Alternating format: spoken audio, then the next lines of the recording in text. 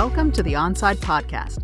We're here to share stories about innovation-driven entrepreneurship, inspire others, share knowledge, and build a community here in Atlantic Canada.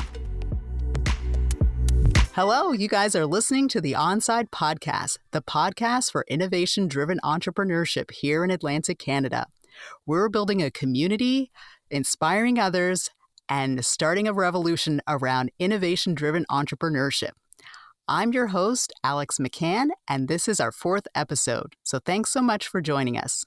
Our guest today is Gabrielle Masone, founder and CEO of Coloursmith Labs. We're so excited to have you here on our podcast, Gabrielle. Thank you, Alex. I'm so excited to be here. Awesome. So we're going to get into your story and talk a little bit about what Coloursmith does. But I thought maybe we could just start off with a little bit of an introduction to our listeners about you. Can you share a little bit about yourself with us? Yeah, absolutely. So I moved to Halifax in 2014 to go to school at Dalhousie, where I studied chemistry. I really was only intending to come here for university, but I was so inspired by the city that I stayed and decided that this is where I wanted to lay roots and start a company. Awesome. Yeah. And is it okay if our listeners know where you came from? Yeah, absolutely. I'm proud of it. I am from Detroit, Michigan. Love to hear that story. We like to hear about where people are from and how they made their journey to this part of Canada. So that's awesome. Mm-hmm. So our podcast is about innovation-driven entrepreneurship, and we'll talk a little bit about that as we go through our podcast today. But we've been asking most of our guests, what do they think innovation-driven entrepreneurship means? And how is that maybe a little bit different from your traditional small, medium-size entrepreneurship? Do you have an idea around, how you would describe innovation-driven entrepreneurship? So in my opinion, I think that if it's an innovation-centric company, it means that you really are having to get quite creative to solve a problem. So I think it just stems from that sense of creativity. I think there are some great business models wherein you recognize a problem and directly address it, but I think when it comes to innovation-driven or innovation-centric entrepreneurship, you have to get quite creative to solve that problem. You have to really understand the problem in depth. And so I think in that sense, you need a lot more support. So Coloursmith being an innovation-driven company, we wouldn't be able to have ever made it to this point had we not had a whole team of people supporting from the outside what it is that we're doing. I like that. It's something that this idea around innovation-driven entrepreneurship is I wouldn't say a new conversation, but is fairly new. So it's really interesting how different companies and peoples and leaders talk about this. And it's something that we're excited to get your perspective on and hear from other leaders that are in our area. Yeah, definitely. I'm very excited that you're focusing on it as well. Good. It's awesome. Good. Mm-hmm. Well, I thought maybe because your company is a pretty innovative company and something that's new, and you have a lot of interesting and novel technology that you're working on. So I thought, why don't you share a little bit with us about what Coloursmith Labs does or what it is? Yeah, for sure. Always happy to talk about the company. I still to this day find it super inspiring. So, so Coloursmith. We started off being a company we recognized that there was a problem in the market and that there are glasses that let colorblind people have functional color vision. What really spoke to me was the impact that those glasses had on people. You'll see these YouTube videos of people crying and just extreme emotional reaction to being able to visualize and have more functional color vision. I found that so inspiring, having, my own vision problems really impact my life and the way I grew up, that I thought, what would be great is to have this mode of action applied to something that was less obvious than glasses. So, contact lenses. It would be nice to be able to wear contact lenses that were non-tinted. You'd be able to go on dates, go to school, have that functional color vision taken to the next level. That was hugely inspiring to me and that idea. And so I wanted to drive that into a company. to address that problem, we realized that, to get the optical filters that are these, these this wonderful mechanism, optical filtration, which allows you to separate color receptors and normalize your color vision. We recognized that technology needed to be integrated into contact lenses. And when we stumbled upon that, we realized a much bigger problem. Not only could, that specific, color enhancement optical filter not be integrated into contact lenses, but no optical filters could be integrated into contact lenses. This is where, I'm going to draw it back to what we just talked about, the innovation-driven entrepreneurship and where the support was needed.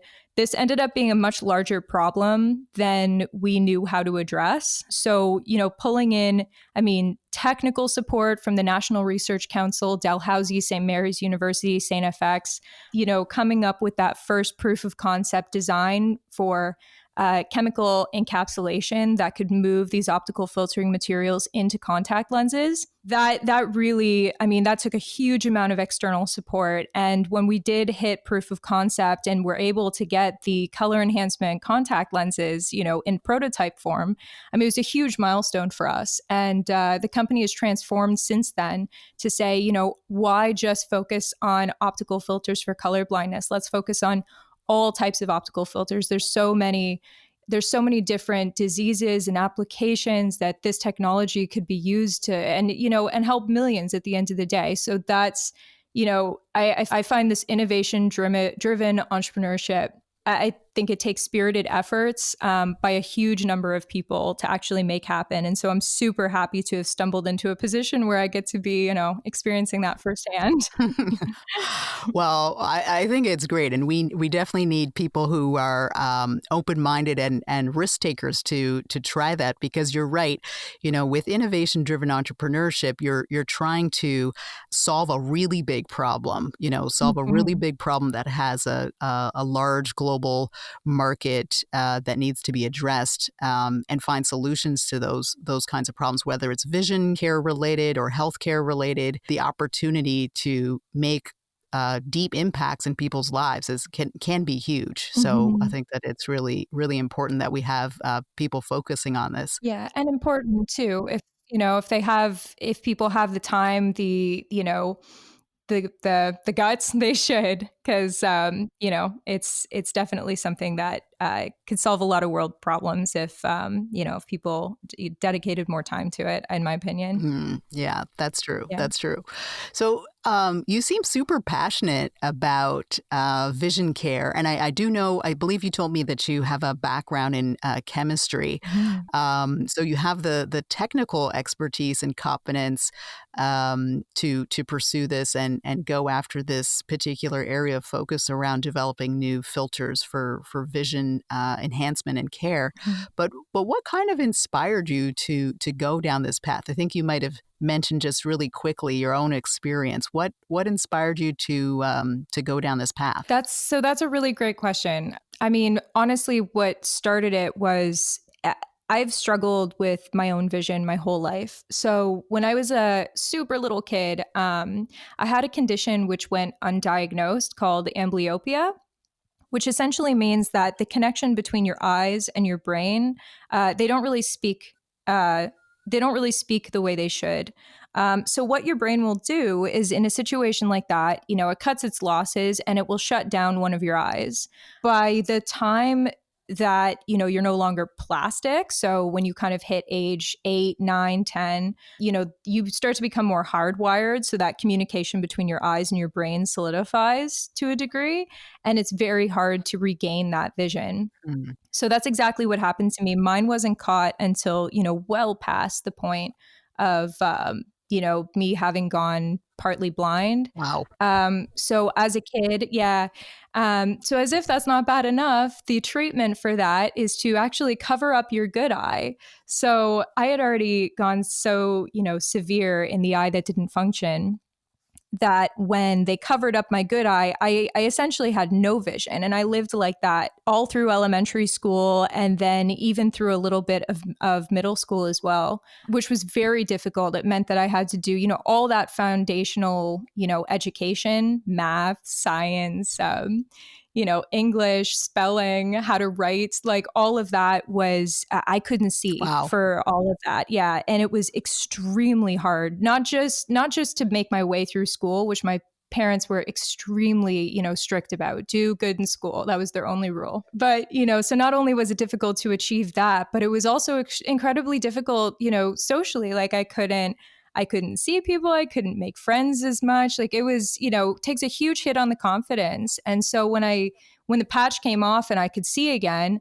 I couldn't see out of the one eye, but I had learned so many skills and how to work around vision that I was able to do, I was able to excel in high school. I was able to excel in university, but, I am weirdly thankful for that time in my life because it did leave me in a position where, I had to work incredibly hard to do basic things. And that is, I think I carry through that value to this day. So I'm happy it happened, but, I do miss that eye. Yeah. And I think that many of us would remember, or at least I do, kids in school that had the eye patch or, trying to work through some of those issues. But I think that you've come out on the other side stronger, maybe even than one could have hoped. So it's great that you've been able to sort of find a good or positive light out of something so difficult, and probably something that many people may continue to struggle with as they go into their life. At least I do have the skill to now wake up in the middle of the night and walk around without tripping on stuff. So that's nice. I don't have to flip on the lights. Okay, I will add this to my list of zombie apocalypse skills that people have. I keep this little list of people who have interesting skills. So that'll be Call me if you're going into a dark cave during a zombie apocalypse. I gotcha. Okay. Awesome. So I think another thing that you had mentioned, in us talking before was that, as a result of your issues with vision, but, working really hard in school and studying and focusing on sciences, that you had actually thought about becoming an optometrist. Mm-hmm. So what happened there? And then why did you decide not to become an optometrist? So great question. I still would love to be an optometrist secretly. I love the lifestyle. I've never met an optometrist who I didn't like. I think it's like a wonderful and noble profession. The reason why I didn't go for it is because the company started at the same time. So I hit a crossroads in my life where I said, okay, I either go to optometry school or I go and start a company. Very, very tough decision. But what really ultimately,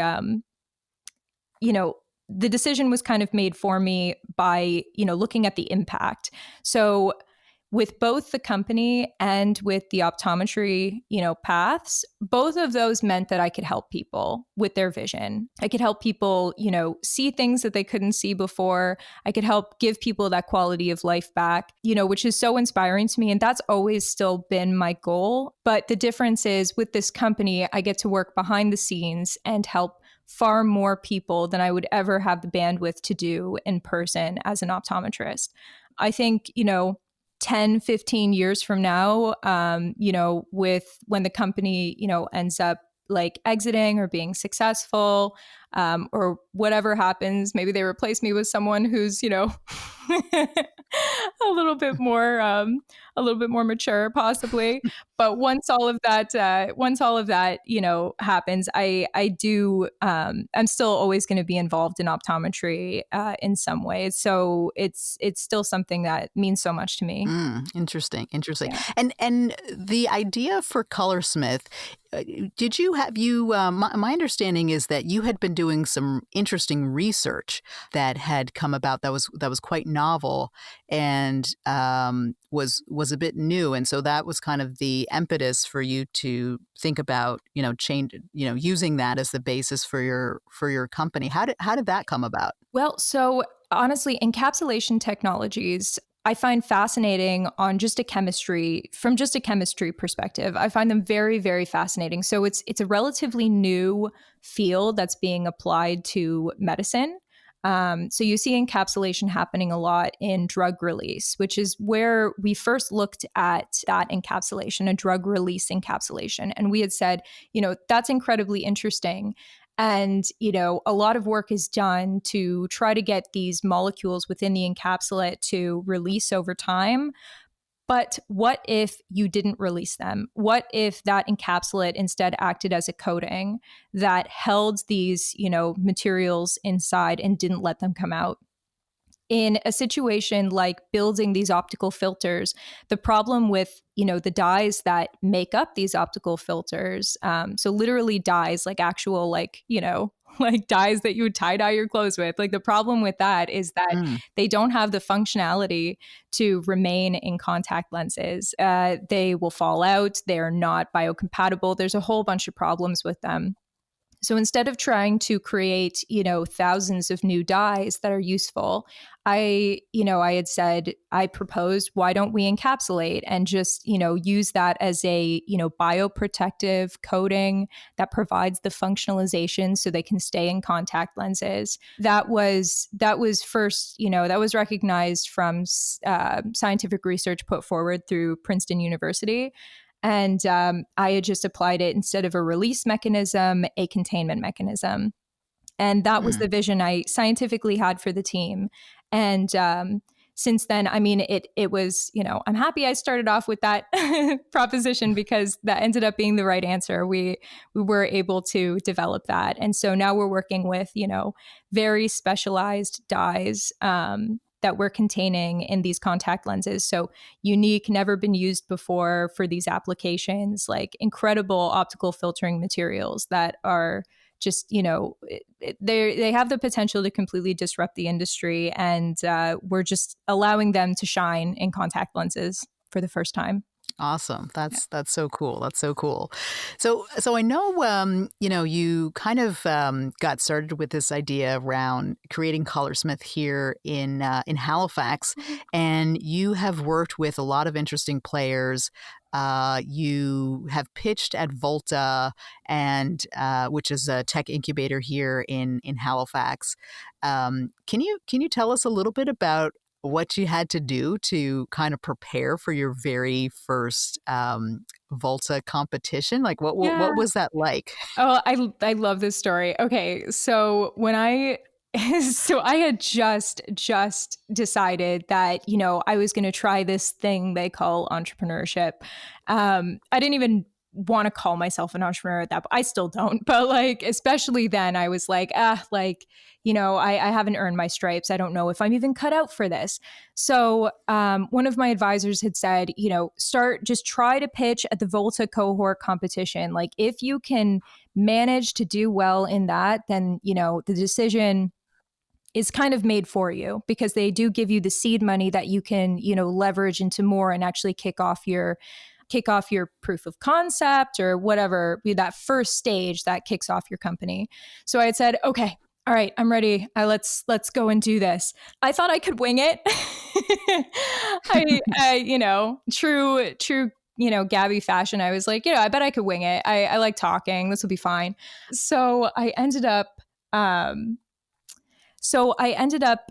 luckily, Volta did a little pitch rehearsal. So it was like a 5-minute pitch to just a small number of people. You get up there and you pitch your company. So I get up there. I'm thinking I'm fine. I can memorize my speech. I'm all good. I bombed. I bombed so hard. It was so embarrassing. It was so embarrassing to have so many people staring at me, and I couldn't even think of my own name, let alone the company name. I was freaked out. So I walked away, and my friend, my buddy, was just like, so that wasn't great. And I was like, okay, all right, game over. I have to really try here. This is not going to be just one of those things I can wing.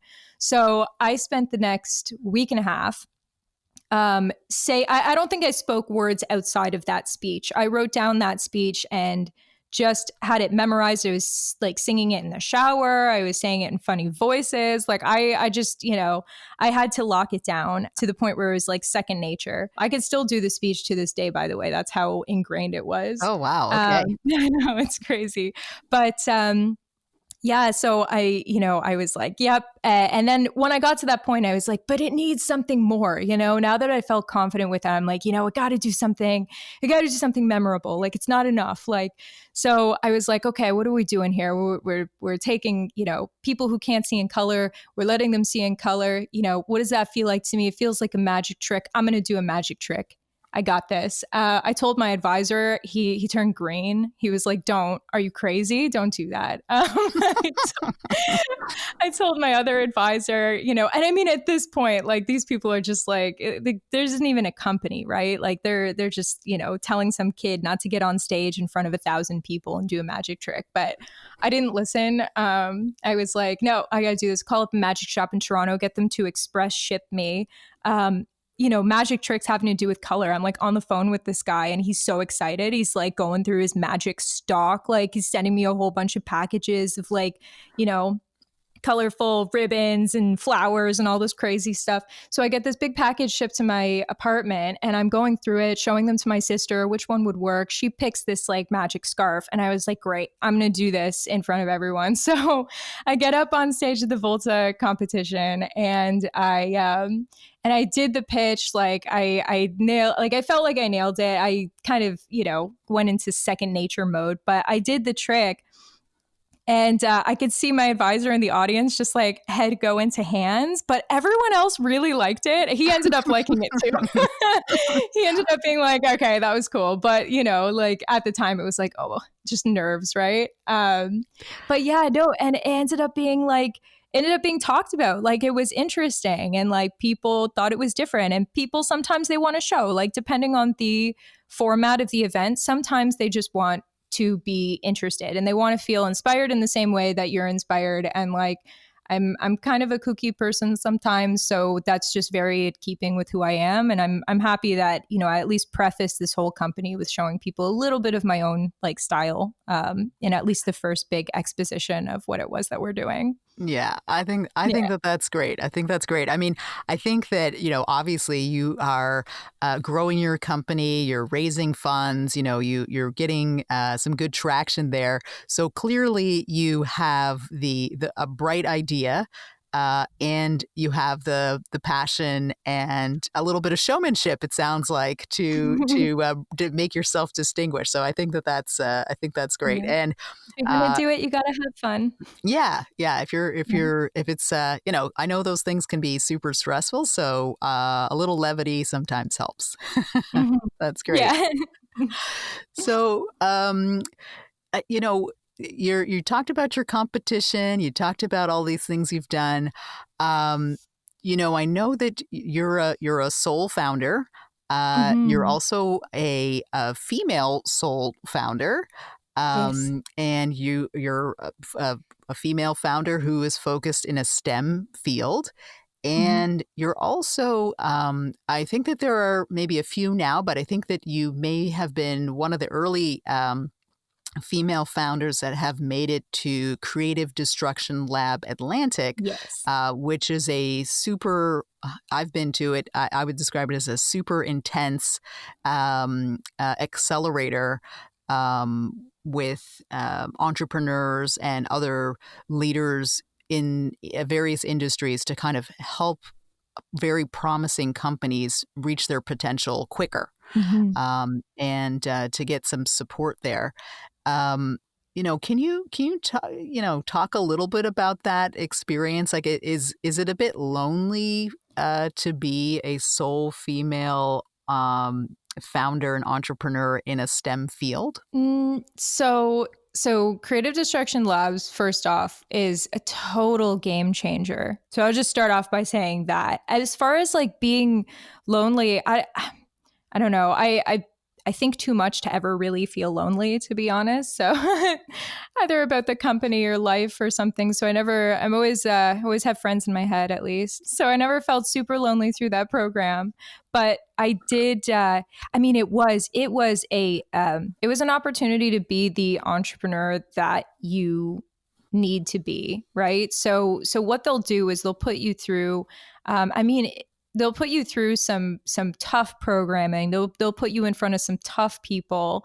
They'll have you, you have to know every ounce of your company, back, front, forward. What are your plans? Be ready to be critiqued. But if you're in there and you are fully ready to absorb the information and, be coachable and make changes, my God, like you walk out of there like a completely different, different perspective on the company, so much tighter, so much better form, and yeah. So, it definitely gives you thick skin. And if it doesn't give you thick skin, then, you had thick skin going in, because it is not, it's definitely not for the faint of heart. But I would do it a million times more. I think it was probably one of the most pivotal like programs that I've been through that helped accelerate the company. I didn't even have a second to stop and breathe to realize that I was, the only sole female founder in STEM in that entire program.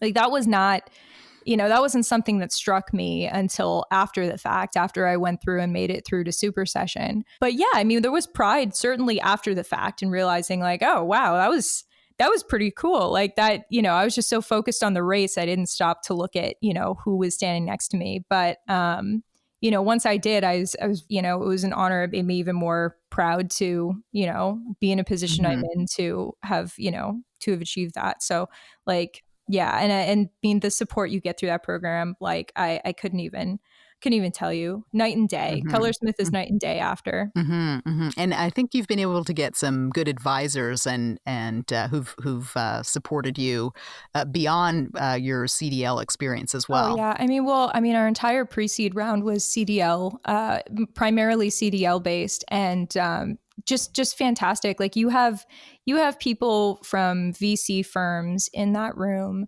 that are smart, and they're where they are because they're smart. They know what they're doing, and you're at a loss if you don't listen to them. Like, so just sit down, listen to what they have to say. They've made every mistake you are going to make or have made. So why keep reinventing the wheel? Just like sit down with them and learn from them. Rhiannon Davis, who I think at some point you need to have on the show because she is absolutely inspiring. She's fantastic. She's got a great story. I met her through CDL, and now she is an advisor at Coloursmith as well as a board member. Wade Daw, who like stuck it out with me from day one at CDL. And then we have like Kill It Capital is fantastic. Like there are so many. I can't even start. Jim Spatz. Like there are so many different people that I met through that program that still, if I'm ever feeling low or ever feel unsupported, I just, knowing that they're there, knowing I can lean on them makes me feel sane again, which I really, really love. So they're fantastic. That whole program is fantastic. And being a sole female founder to go through it, I didn't look up to realize that was the case until it was all over. But I guess it's just evident. Like, if I can do it, you can do it, right? Like seriously, just work very hard, have an open mind, and respect these people who have so much to offer. No, that's great. Well, that's great. I think, at Onside, one of the things we are focused on is around inclusive innovation.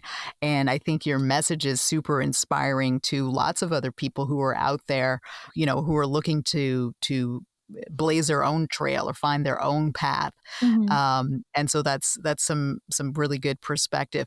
Are there any other things you think that not specifically related to CDL, but just sort of in general, are there other things that you think could be done to foster more women in STEM or more underrepresented groups in some of these fields? Because it's something that we're taking a mind towards towards, which is that, innovation and entrepreneurship should be the opportunity to pursue it should be accessible to as many people as possible. Yes. Have you thought about that? Yeah, I actually have. So I think it needs to make its way into people's values more. So I don't know if it's as much that I think people starting companies who, are underrepresented, I think that comes secondary to the companies that are already established or the programs that are available, the people, the support networks, the community, the ecosystem puts it in their values first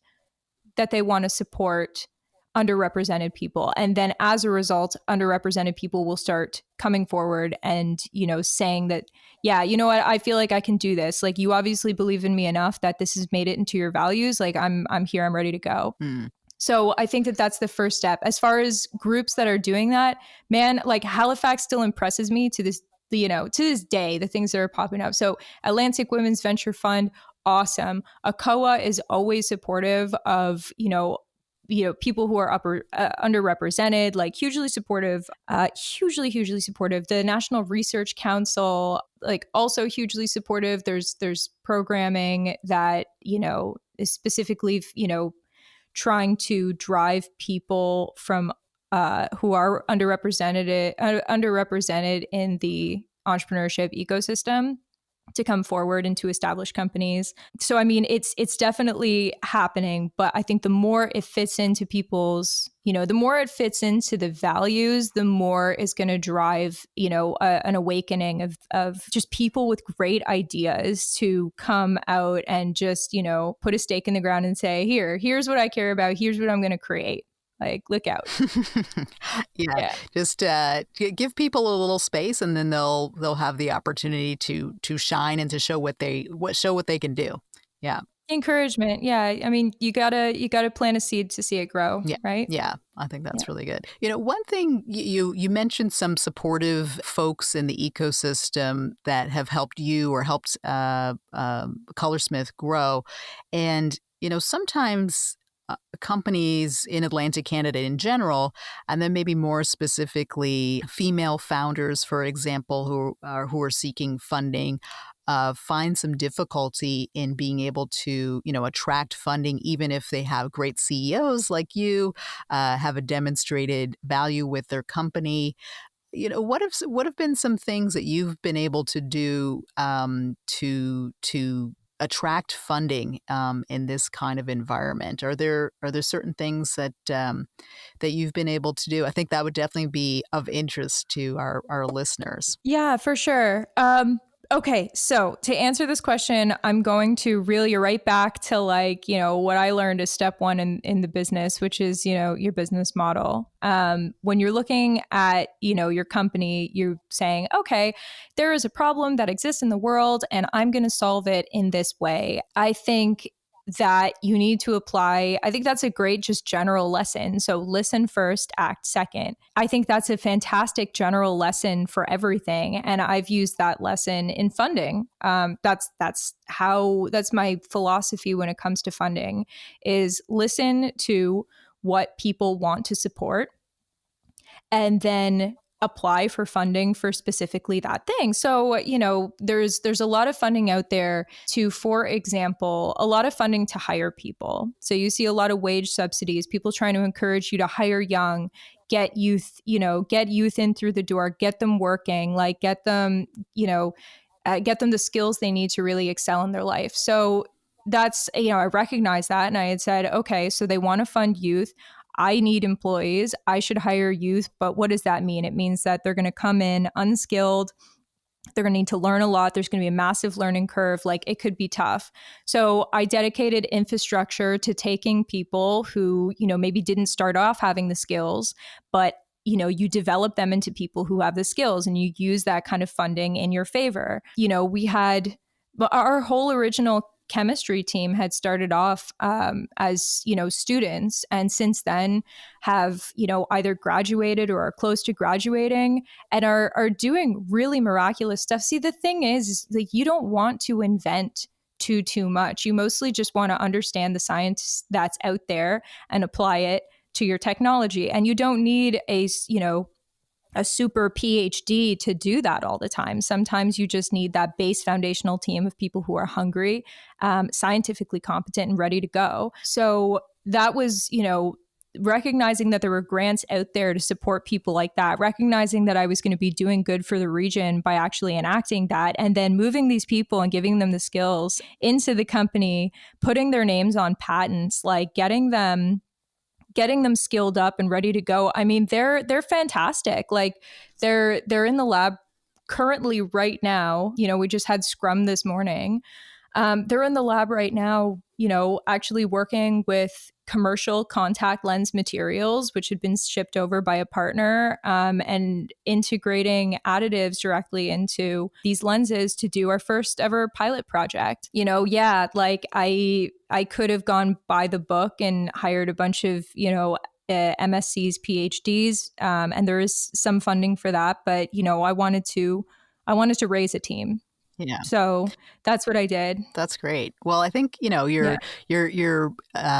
doing many things, leading a team, building capacity, and finding ways to do that and to bring people along, which I think is really important as you grow your company and grow those values that you were talking about. So that's really key. We talked a lot about your company and your journey and, some ups and downs and twists and turns. What's something that happened along the way that you thought might have derailed you, or brought you some despair as you've been on this journey? And how did you overcome that? You mean every day?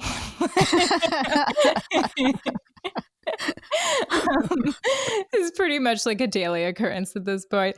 I mean, I would say, yeah, okay. I do have a fun story for you. So we had, not going to bring up this question without talking about COVID, right? So I'll tell you my COVID story. We had a patent that we had to file in this year. So May 24th, our patent was due. When I say a patent is due, I mean, like, this isn't some homework assignment in high school. You have to, ask for an extension, yada, yada. No, like it's due on that day. It's due on that day. If they don't have it filed, that's it. Like your patent's gone. All that money you spent on the provisional, gone. You've placed prior arts against yourself. Like you're done. So like that was not something I was willing to, that was not like I've driven the team since day one to value that patent. Guys, like this patent needs to get filed on this day. That's what we're working towards. So everything was fine. March, all of the studies are going to plan. Then March 15th rolls around, NBA down, everything starts shutting down. The president, the prime minister, like they're both on the news, like, it started getting really real. And I was freaking out because I was like, man, if we lose this facility that we're in, Dalhousie just shut down. That was one of our big research collaborators. I was like, okay, well, we could do with the loss of Dalhousie, but we can't lose this facility. What are we going to do? So I'm calling around like a maniac, right? Like trying to find like another place for us to move into, some place where I have the keys in my hand and I'm not going to, let those go. Nothing. Like literally everywhere, it was the same situation everywhere you go. Like it's, if the government shuts down, the government shuts down. So I'm like, shoot, where are we safe? Sat down with the team. And we came up with a COVID contingency, and basically it said, all right, like what is it that we have to do to get this patent filed? Like really slim down everything to just the bare essentials. What do we need done? The work that we had left, fortunately, was all prototype work. So we were like, okay, prototype work can be done in a garage. Like you don't need some fancy chem facility to do that. Let's go ahead and get ourselves to that point. So we did the project planning and realized that we had 1 week before any potential, risk of COVID shutting everybody down to build, get this, 150 lens prototypes. Wow. That's contact lenses. That's also spectacle lenses or eyeglass lenses. And we were like, all right, like, let's get to work. These guys, like this team was pulling shifts, like weekend shifts, night shifts. Like we were just around the clock building prototypes. When we finally finished, we took all the prototypes and we took all of the, not all of the equipment, but most of the equipment that we needed to my apartment, which I had kitted out, the week before to be a fully functioning, prototype testing facility. So moved out all my couches, moved out all the pictures and everything on the walls, like laid down what I had to lay down, just ready to turn that place into, a place where we can test prototypes, where we can do, an ethanol extraction, or where we can do, photo bleaching resistance studies, and just to get the data packages that we needed to send over to the patent attorneys to get this patent filed. That team was incredible. Like that, I think that is really the value in finding people who are young, hungry, and, is they want this to succeed as well. Like I sat down with them and I said, guys, we have, before we even decided to go into my living room to do this testing, I was like, guys, we've got fork in the road here. Are we going to file this patent, or are we going to call it, are we going to, do what everyone else is doing and just like, sit this one out until COVID clears up? And they were like, no freaking way. Like, we're not closing up. Like we're here. We're ready to go. So, I mean, decision made. Small tear from me, just so happy and so proud. And yeah, that, I mean, big conclusion of the story. We got the data sets, the patent was filed, like we're going to go into national phase, like within the next year. I'm super pumped about it. And that team just so inspiring, as if there wasn't already enough that inspired me about this company. Now the team is just, so just surprising, and they're fantastic. Like, I just love that you were running experiments in your apartment. Yeah, I love that. I'll send you some of the pictures. Like it was, all safety. I did all the safety checks first, like made sure that everyone was going to be 100% safe. And like we had our, we had it cleared by like our head safety person at the company, so we were good.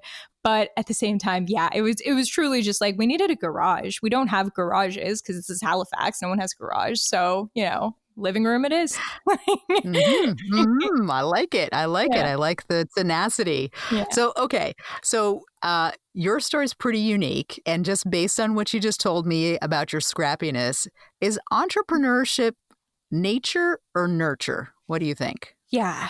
So that's a really, really good question. I think it's probably a bit of both. I think the nature is ingrained in everybody.